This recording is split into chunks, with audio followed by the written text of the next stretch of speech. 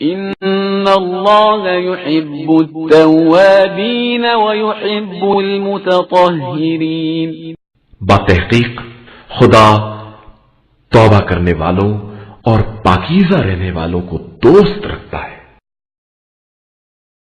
بسم اللہ الرحمن الرحیم، الحمد للہ رب العالمین، وصلی اللہ علی محمد وآلہ الطاہرین، ولعنۃ اللہ علی اعدائہم اجمعین الی قیام یوم الدین۔ موضوع گفتگو نفاس۔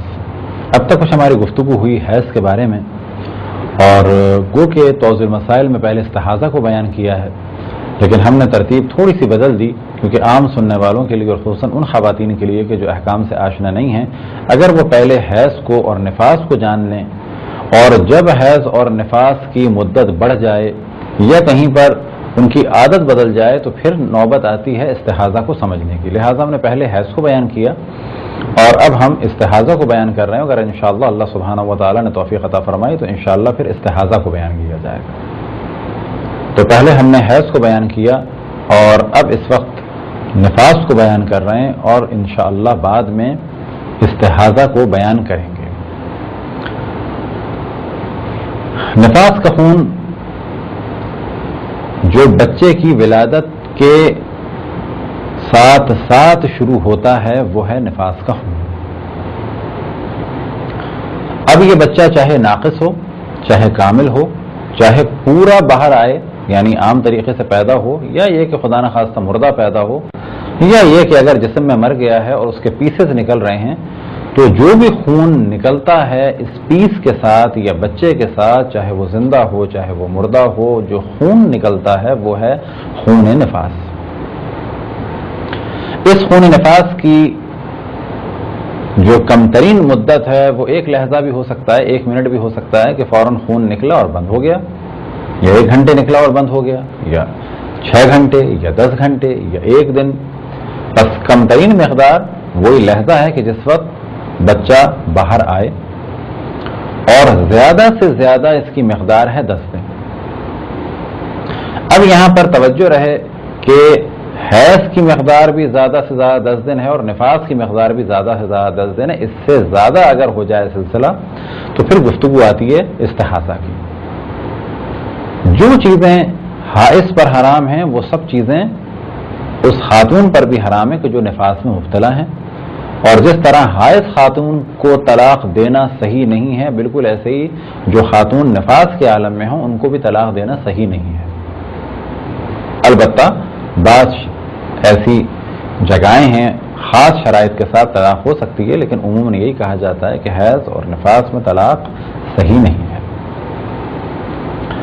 اور جس طرح سے جب تک غسل حیض نہ کر لیا جائے تو وہ کام جائز نہیں ہوتے کہ جو حرام ہو گئے تھے، بالکل اسی طریقے سے جب تک غسل نفاس نہ کر لیا جائے تو وہ کام جائز نہیں ہوتے کہ جن کے لیے غسل نفاس ضروری ہے۔ ہمارے معاشرے میں 40 دن تک چلے کے عنوان سے خواتین غسل نہیں کرتی اور نماز کو ترک کرتی ہیں، یہ صحیح نہیں ہے۔ نفاس زیادہ سے زیادہ 10 دن کا ہے، اس کے بعد استحاضہ پہ عمل کرنا ہوگا، اور پھر یہ دیکھنا ہوگا کہ اگر مزید خون آ رہا ہے تو یہ دیکھنا ہوگا کہ یہ خون کن ایام میں آ رہا ہے۔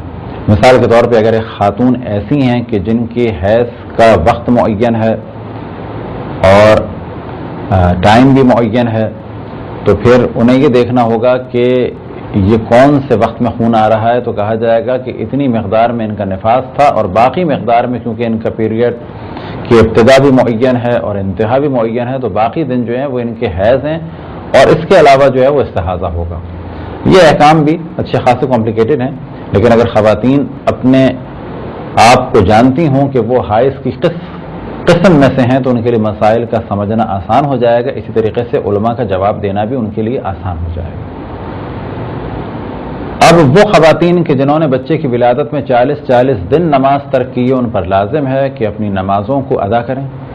اسی طریقے سے جنہوں نے روزے قضا کیے ہیں ان پر لازم ہے کہ اپنے روزوں کو ادا کریں۔ یہ کچھ مختصر سے مسائل تھے نفاس کے بارے میں۔ تفصیلی گفتگو کے لیے آپ خواتین توجہ دیں توضیح المسائل پر، اور اپنے رشتے کو برقرار کریں توضیح المسائل سے۔ تدریجاً آپ کو محسوس ہوگا کہ پہلے کی نسبت اچھے طریقے سے توضیح المسائل سمجھ میں آ رہی ہے۔ البتہ ضروری امر یہ ہے کہ خود آپ کو اپنا مائنڈ بنانا ہوگا وہ اس طریقے سے کہ جو مسئلہ آپ سے ریلیٹڈ ہو آپ کوشش کریں کہ صرف اسی کو فوکس کریں، بہت زیادہ مسائل میں نہ الجھیں۔ لہذا حیض کے مسئلے میں اور نفاس کے مسئلے میں، اور جب نفاس 10 دن سے زیادہ ہو جائے تو اس مسئلے میں ضرورت پڑے گی آپ کو یہ جاننے کی کہ آپ حائض خواتین کی کون سی کیٹیگری میں سے ہیں، اسی سے آپ کا مسئلہ حل ہوگا۔ اور اس کے علاوہ جو خون ہوگا وہ استحاضہ کا ہوگا، لہذا اگلے مرحلے میں انشاءاللہ ہم کچھ گفتگو کریں گے استحاضہ کے بارے میں۔ وصلی اللہ علی محمد وآلہ الطاہرین۔ خداوند تبارک و تعالیٰ سے دعا ہے کہ بحق محمد وآل محمد ہمیں تعلیمات قرآن اور اہل بیت علیہ الصلوۃ والسلام پر چلنے کی توفیق عطا فرمائے۔ وصلی اللہ علی محمد وآلہ الطاہرین۔